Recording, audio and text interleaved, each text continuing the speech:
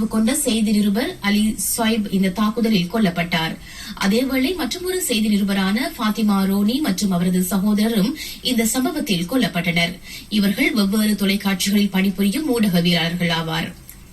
இவர்கள் பயணித்த motor car மீதே இந்த தாக்குதல் மேற்கொள்ளப்பட்டுள்ளது. விளையாட்டுச் செய்திகள்.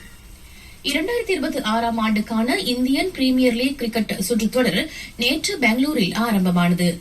போட்டியில் சன்ரைசர்ஸ் ஹைதராபாத் அணியை எதிர்கொண்ட ராயல் சேலஞ்சர்ஸ் பெங்களூரு அணி 6 விக்கெட்டுகளால் வெற்றியீட்டியுள்ளது.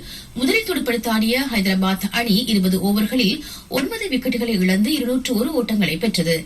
202 ஓட்டங்கள் என்ற வெற்றி இலக்கை நோக்கி துடுப்படுத்தாடிய பெங்களூரு அணி 15.4 ஓவர்களில் வெற்றி இலக்கை தாண்டியது.